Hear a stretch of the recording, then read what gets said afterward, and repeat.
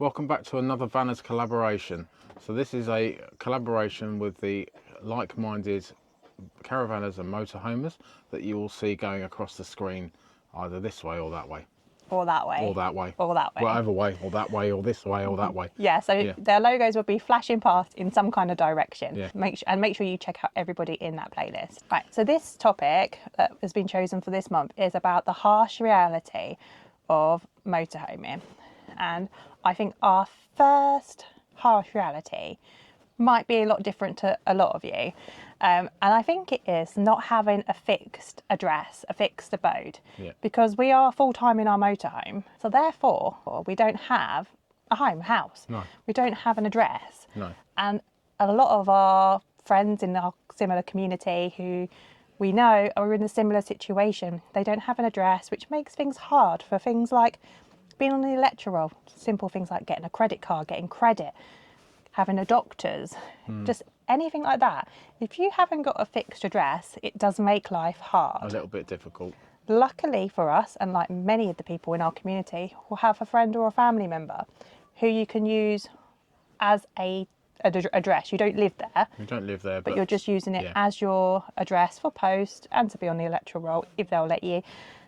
So that is really good. But not everybody does have that, do they? No. We're really lucky that we have got a family who we can use as our address, but we do know a lot of people who do struggle. Yeah, we know people that aren't even on electoral rolls. They've got their address as being a family member. However, the family member is getting towards their twilight years, for example, and they don't know how long they're going to be able to have that address there for. So it's like the medical side of things. Medical side. Some people don't even have like a doctor's or a fixed doctor that they can go to for their medical. Like they might have to just try and go to a walk-in centre or something like that, but they don't have a fixed address. But we're really lucky. So where our work is, our contract is, we've got a really good doctors, and it actually happens to be right next door to our site.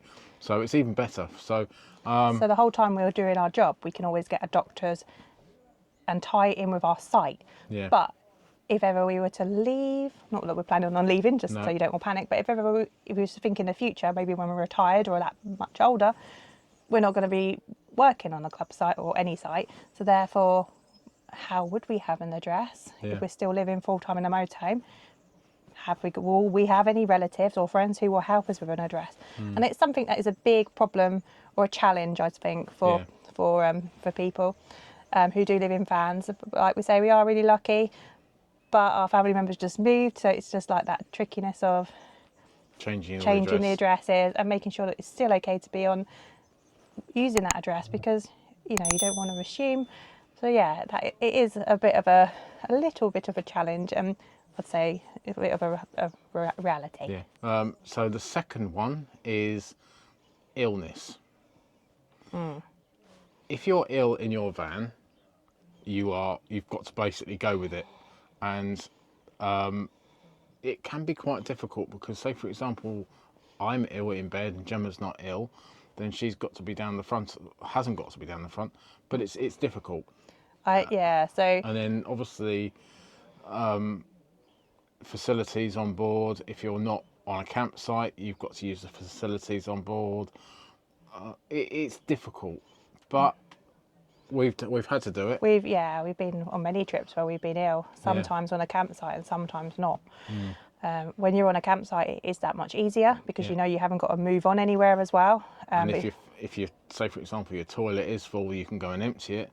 However, if you're off grid and there's nowhere to empty it, then you've just basically got to go with it. We're lucky in our motorhome, we have 2 toilet cassettes,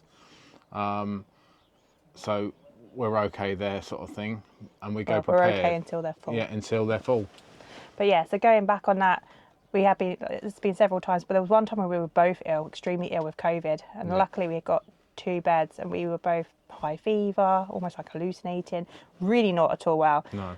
And it is not good. We've also had times where we've had food poisoning, sickness and diarrhea bugs, and it's just that being in that small space, limited facilities and limited privacy, because when you're not well, you don't really want to be like... No. I know, we know each other very well, but still it's not very nice, is it? Yeah. So sometimes it's just nice to have space around you when you're not well, and you just want that space. But yeah, that's definitely a harsh reality, I think. Yeah.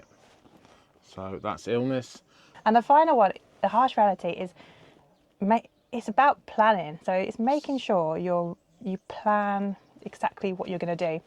What I mean by that is we're not connected to any mains, water, sewage, and we don't always stay on campsites. So we really have to think about where we're going to be, what we're going to do, how much water have we got, how much waste have we got in, capacity in our tank.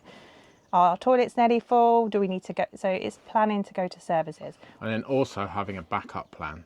Backup plan. And it's not just the services, but it's also the laundry. Yeah. It's only so many days we can go without a washing machine, and planning our trips. So we might plan to go to said beach stop and it is full or it's been cleared out. So then, like you say, you have a backup plan, but then the backup plan doesn't always work out. No. So it's just expecting. Sometimes your days don't always turn out as they should. Yeah.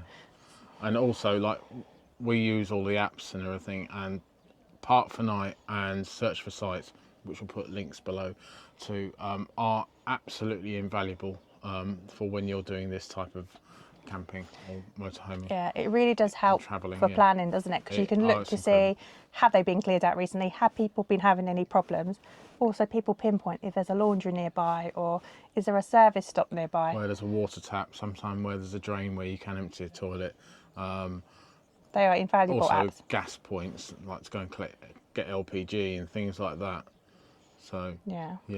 So it is invaluable. So one of the harsh realities is your plans don't always go to plan. So that's all three, I think. So not having that fixed address. Yeah. Illness. Yeah.